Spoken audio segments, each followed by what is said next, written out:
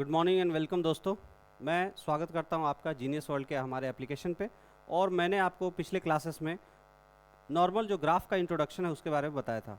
आज मैं उस ग्राफ को कैसे हम लोग जो है बनाते हैं इसके बारे में थोड़ी सी जानकारी हासिल करेंगे।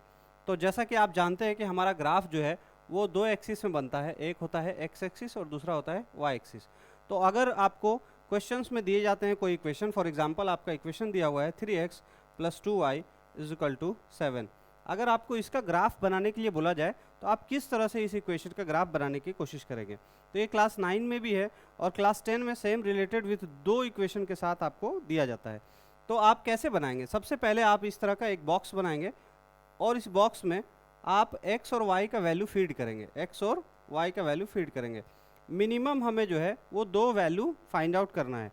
तो सबसे पहले इस इक्वेशन में हम, जैसे कि हमारे पास इक्वेशन है 3x + 2y = 7, हम लोग सबसे पहले x का वैल्यू 0 अगर मान लेते हैं तो क्या वैल्यू आता है y का।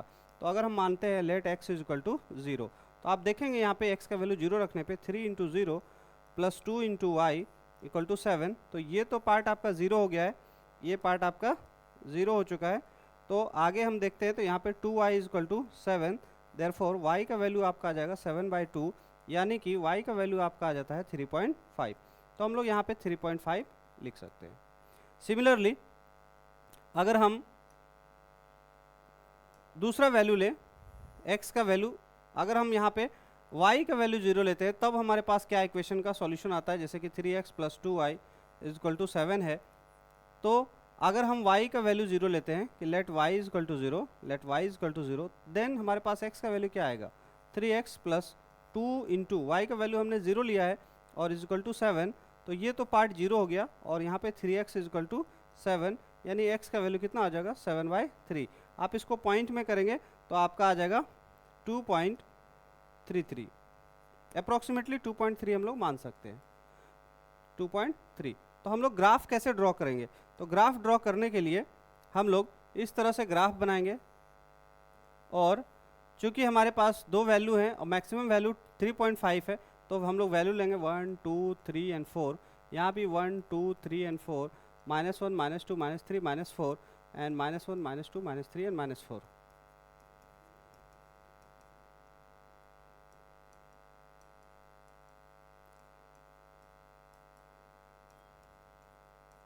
इस तरह से आप जो है यहाँ पे ड्रॉ कर लेंगे। आपका वैल्यू x पे 0 है और y पे 3.5 है।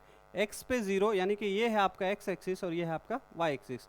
x पे 0 तो यहाँ पे होगा और y आपका 3.5 कहाँ पे होगा, 3 और 4 के बीच में 3.5 आपका ये पॉइंट होगा।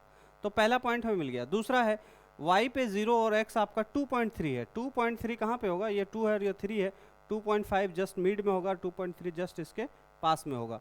तो आप अब इस दोनों पॉइंट को यूज़ करते हुए, हम स्केल का यूज़ करते हैं और स्केल का यूज़ करके हम इस दोनों पॉइंट को अगर मिलाना चाहें तो हम लोग कैसे मिलाएंगे?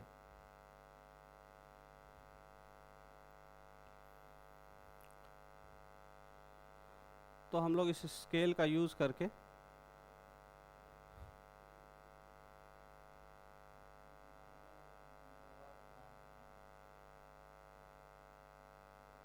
पहले हम इसको इस पॉइंट के पास ले जाएंगे और दूसरे वाले पॉइंट को यहाँ से हम लोग मैच करने की कोशिश करेंगे, जो कि हमारा पॉइंट है यहाँ पे।